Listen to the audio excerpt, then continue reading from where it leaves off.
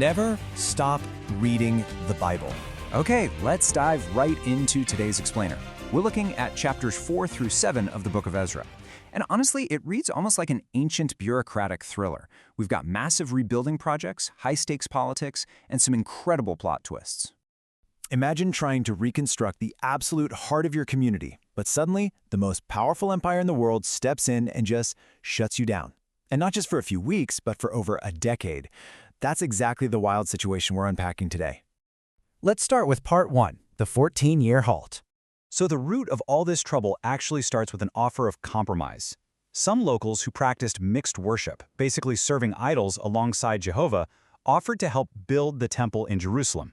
But the leaders, Zerubbabel and Jeshua, drew a hard line. They flat out said no, wanting to prevent any religious syncretism. Well, as you can probably guess, that strict refusal sparked some serious retaliation. The rejected locals were furious, right? So they warned the Persian king Artaxerxes, claiming that if this temple gets built, the Jews are going to rebel and stop paying their taxes. And it works. The king issues a crushing decree, and construction is completely frozen for 14 agonizing years. It's a total standstill until chapter 5, when two prophets, Haggai and Zechariah, step up and finally ignite the workers back into action. Which brings us to part 2, prophets and decrees.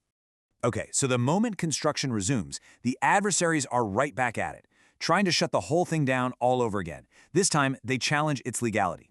They actually demand that the new king, King Darius, go dig through the massive Persian royal archives to prove that the former king, King Cyrus, actually gave permission for this build years ago. Moving on to part 3, the temple completed. Now this is where it gets really good. Not only does King Darius actually find that original authorization from Cyrus, but he takes it a massive step further. He orders the adversaries to stop interfering completely, and get this, he forces them to use their own tax revenues to fully fund the project. I mean, talk about an absolutely epic backfire. So, backed by the unbelievable wealth of the empire, the encouragement of the prophets, and the strong leadership of Zerubbabel and Jeshua, the builders rapidly finish the temple. They just explode into this joyful dedication, ultimately celebrating the Passover on the 14th day of the first month. And that leads right into part 4, Ezra's return. You see, physical walls are only half the story. A community really needs spiritual renewal too. Enter Ezra. He's a priest from the direct lineage of Aaron, so he carries deep spiritual authority. In the 7th year of King Artaxerxes, Ezra leads a second wave of returnees on a brutal 4-month journey, but he's fully backed by an official letter of total support plus supplies, right from the king himself.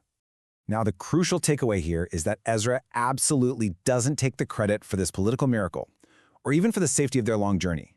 Instead, he attributes every single ounce of their success, all those royal provisions, and the safe arrival of that entire second wave entirely to the grace of God.